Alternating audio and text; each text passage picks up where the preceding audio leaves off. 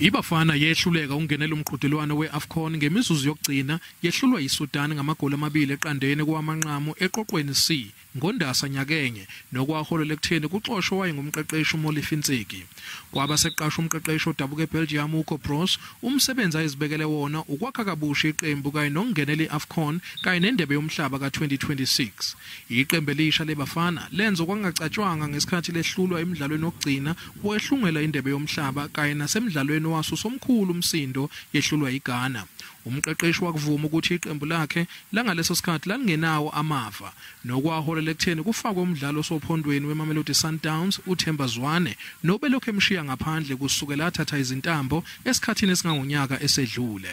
I started here and I tried to have a young team. And everybody said, "Oh, what are you doing with these young boys? You don't have experience."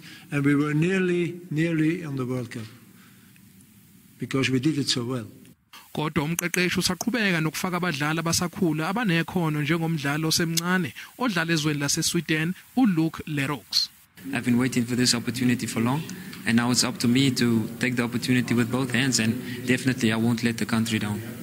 Umdlali wasemuva namava usiyanda Xulu nophinda abe yiphini lika kapteni kulindele ukuthi akhombise ukuba inqwele abadlalini abasebencane eqenjini. Obviously it's a new squad, there are new players coming in, so it's a matter of us trying to get that combination going. Ukapteni waleli qembu nosenemidlalo ecele 30 uRowan Williams uyena osenamava kakhulu kuleli qembu.